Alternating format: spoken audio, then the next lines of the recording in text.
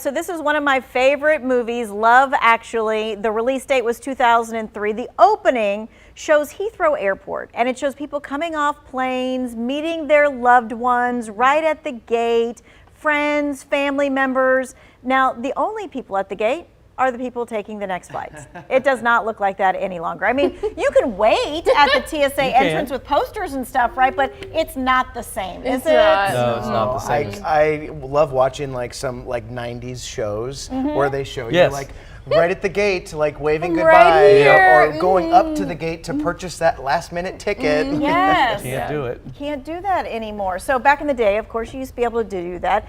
Sometimes you would just simply go, sometimes to watch the airplanes take off. Little kids always against the glass watching the planes go. Do you know that some people do that here in Greensboro? There's a road that Yes, goes I know right that. past the airport, and can you watch can them just take pull off. off to the side Yep. and watch them as they take off or land right above you. People will lie on the hoods of Yeah, the especially car when, And do when that. those I feel like there the was Air Force something One that planes come by. I feel like there was something that happened recently here in Greensboro with something big going on where that took place. I could be wrong, but Probably when the plane that's Air Force One, when the president is on Oh, board, yeah, when they for do sure. touch Oh, and yeah. goes here all the time, people Yeah. will to go and there. watch, yeah. Now, here's the thing.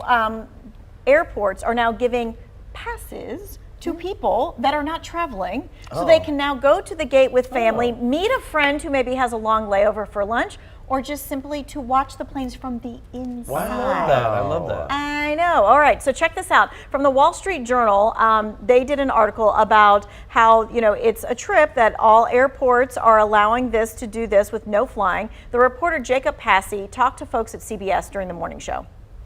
I spoke with a mom who took her 2-year-old son because they want to go on a trip soon, and she's trying to get a sense of how he'll behave in an airport. Usually it's free, but you do have to register in advance, and there's a limited number of slots per day, and that varies by airport. So at some airports, it's up to 300 slots per day, which is not a small number.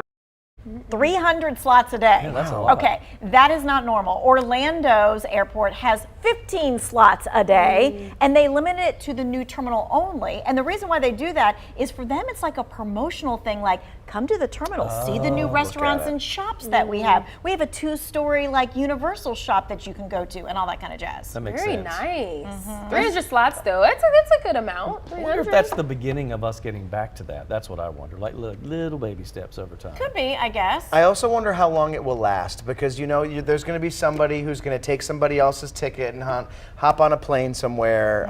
There's always one. Right, because guess it's not it like could they're happen checking that your way. ID I when was you thinking scan your say, how boarding did pass. that security You say like? that. Oh. Okay, because I contacted PTI, asked them if they were doing the program. They said no, right? But they said airlines do have the discretion to do a gate pass for folks who need to accompany someone. The only downside to this was your friend or family member, they have to really like you because they have to go through the TSA line. Listen to how this works. You sign up in advance, and then TSA does like a check against your name, against the no-fly list, all that stuff. And then the morning of, you find out if you are accepted, and you get usually a pass that you show on your phone. So when you go through the normal TSA line, no pre-check.